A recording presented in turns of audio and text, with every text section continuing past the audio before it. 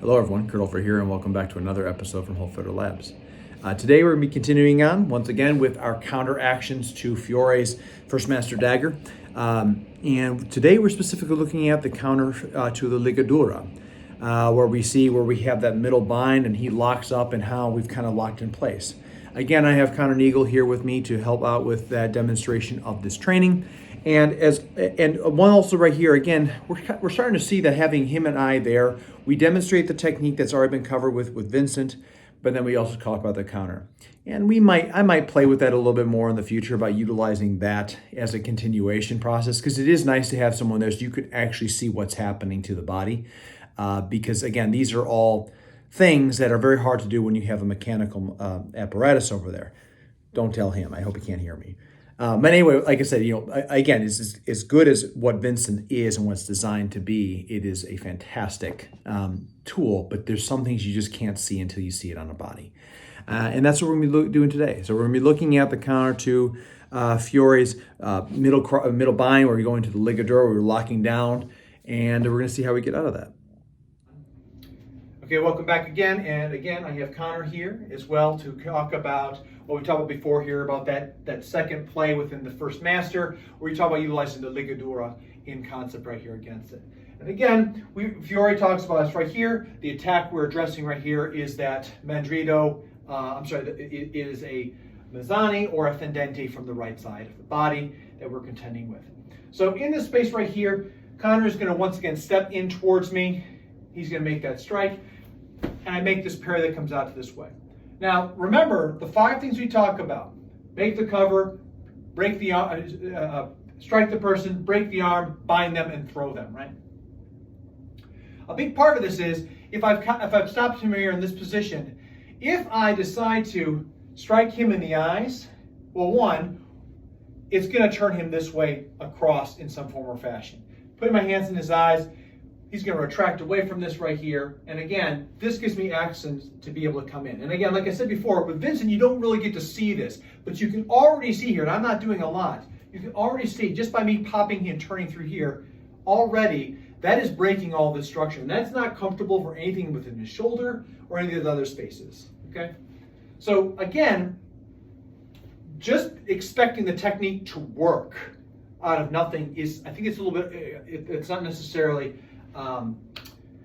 beneficial to think about. Again, there's a process here. He's taller than me. He's younger. He's stronger. These are things right here I have to take into concert with. And not to mention, the maestro says that in the very beginning of his books. Are they tall? Are they old? What are you dealing with right here? So again, he comes in with the spout right here, make the first cover, hit him in the eyes, and then I work in here, and now I can literally break his arm or do other horrible things to him as I may need. So now we're going to talk about what do we do here to deal with this.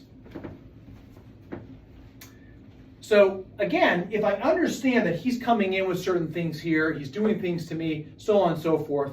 Again, that first concept that we talked about with the First Master play. So remember, with First Master play, he covers up right here. As he starts to bring down my arm, I'm bringing up my hand here. I'm making some form of cover. Something right here. Maybe he pops me in the eye. I'm stopping this. My attention is here on his hand, right? So I might be coming over this way, which gives him the access to the Ligadura. Now my arm is in place. The thing about this, however, is at the same time, too, I also have got a dagger right here that's right by his head. You can't really tell, but this is literally right by his ear. I can touch his ear like this. And all I'm going to do is I'm going to reach over, step to the outside, and turn down. And you can tell this is hitting him right where Fiore tells us to hit that nerve cluster. I can hit him in the back of the head, in the ear, in the jawline, anything along these areas here. So again, remember, this is a continuation of fight. Dagger gets drawn, pop comes up here, I'm stopping him, and I'm going to turn into him. A big part of this is allowing that, like I said before, that largo step. So I've gone in utilizing a mezzovolta, using a stretta step. He's used a largo step to parry right here. Don't worry about the arm strike for now. And then from here, he then cresses in with his footwork to create this bind. I then have to get across and turn into him. Now, remind you, when it comes down to actual speed in combat right here, it's not that simple. He's not going to give me the time to move this way. So this might look a little bit faster. So as I'm coming in with this, he pops, immediately starts shooting. Now I've got to step. I've got to have my awareness. Remember what this said, am I aware? Am I aware that he's going to try to step in, crest, and gain ground against me? If the answer is yes, then put the knife to him. If the answer is no, then I probably broke my arm. Remember, not all techniques in Fiore are just going to be like, yep, if you do this right here, you're going to walk away fine. This is an ugly situation. The dagger is horrific when it comes down to what the tool of work can be done. Okay? So just because this technique shows what you have right here doesn't mean it's going to work without you having awareness. And again, remember what we talked before about where throwing a dagger, they sweep to the outside and stabs in. What kind of mindset is somebody having in this case? Okay? So again, one last time here, and we're gonna switch sides here so we can kind of see here. In this case right here, that way you can kind of see how my arm is coming across and the footwork. My dagger hand comes in. He starts to sink in the Ligadura. As he does, I step and reach, and then I pop over and turn. Essentially, I'm utilizing the same kind of bind that he would have used on me, but I'm using it on him and moving him into the lower lock. Again, one more time, we're going to bring ourselves a little bit closer so we can kind of see how this works. Cover gets set in, he crests in. As he does, I'm going to move over as well. The key thing that allows me to do is his line is coming this way.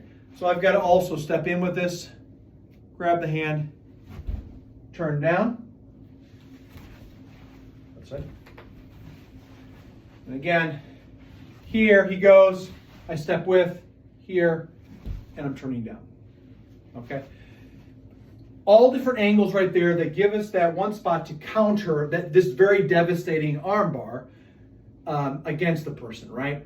And that right there is going to be a huge factor. Again, it takes awareness, it takes violence, it takes a whole lot of other things here. Person may be younger than you, they may be stouter than you. There's a lot of factors that you may or may not actually have to consider with here when it comes down to actually handling against somebody that's in this form or fashion. So please understand, if you're practicing this, take it slow. It is very easy to cause injury, and we don't need to actually need to injure each other if we're trying to understand the lethality purposes of this time frame. So you can see with the video how there is, again, we're looking at how we build structure against and how we get arms into consideration in order to overcome somebody who's getting onto our body. And with a deeper lock around the arm, there is a need for position, and there's a need also for doubling up on what we're trying to do to over strengthen on this essentially very dangerous, I would say, like arm wrestling kind of concept in a way. Again, that might be a big part to this as far as, I have this right here, so I put two on this right here, but in doing this right here, it drives the dagger in. I want to talk a quick moment right here. Again, this is something that I've been asked about in class and also in some social circles when talking about my interpretation about this. When I step to the outside of the person I'm training with right here, the image shows specifically a foot on the inside. I think that this could either be a point to a couple things here. And all I know is that for me, when I go against people by stepping to the outside, there is an action about moving that it makes it a lot easier to gain leverage over the person. Because at this point, we're countering in to do this. For this interpretation of what I'm talking about here is if I leave the foot on the inside, you absolutely can turn this person down, and now you're basically having them trip over your leg, which is going to break their shoulder and arm in a much worse fashion. And I'm not saying that that's not the case at all. I personally think that is the case. However, I also think, just like where you see the foot on the inside and the outside of different things here, you're talking about a moment in time. You're talking about someone's in a position where okay, did I have time to step out to the outside? Or is it more okay, in this moment, the first thing I do here, because again, I show here, it's immediate, I go onto the outside. If a person's knifing very fast here, their first response when someone decides to go deep on the arm isn't, okay, now I have to step on the outside right here. Their first response is, stop the pain. stop the pain in my arm and then turn, and to get it to go into the right direction so that this pain up here goes away. I think that's also a part of this. So understand this right here. If people, I know people may be like, well, hey, the foot's in front and so on and so forth right here. I think both are right. And for the purpose of this context right here, please understand that leaving the foot in front there, it might be either A, I don't have enough time, so I'm grabbing the arm here and I'm using two arms against one. That's the first thing. And the second thing, it might be like, it could be also that this is me also with the mindset of, okay, I'm doing this right here. And in the process of this, I'm also throwing you over my foot. Those two kind of go hand to hand. The third one, I think that also could be a possibility here, and I can't remember if I said two reasons or not, but either way, point being here is essentially by having that step on the outside, right? By having this picture of the foot being right there and turning this way, I don't have time. But if I do have time, step to the outside. Working to the outside of the body always helps, I find, to work inwards on that structure. And I think it's a big part about what makes this successful. And what also may be giving observation points to what is or is not happening in this counter action. So again, that's going to conclude the video here. If you've enjoyed this, please like and subscribe. And I'm very curious of thoughts on this right here. Again, that foot thing right there you see consistently throughout Fiore, it's always a question to me. Because the Maestro writes in poetry, which to me, and I would say some very, very direct and violent poetry, I think to kind of get the idea and the spirit of what you're doing in this situation here to get the emotions going. I don't know if that's accurate or not, but that's how I see it. And I'm very curious to see what you think. Like, well, the foot's right here, the foot's right here. Is this important to you? Is the foot, or do you find yourself constantly put yourself in foot in front? Do you find the foot being on the outside right here?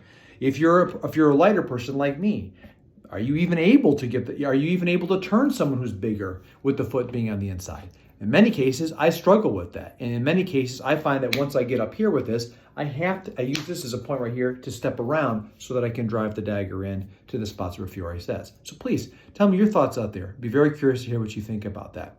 And with that, like I said, with that being the case here, if you've not been a part of this channel, consider subscribing to it. Like and subscribe, and share with a friend out there. I have a personal goal of reaching 1,000 subscribers. I want to get people out there. I want to get this out there, and I hope to share more of this in the practice of Fiore de Liberi and what it may be able to do as far as shed light about where we've come from as martial artists and as just human beings in general from a portion of the world. And how it conveys in the modern time frame. And with that being the case, I can't do that without viewers like you. So, as always, everybody, until I see you next time, train well, stay safe, and fight on. I'll see you all soon.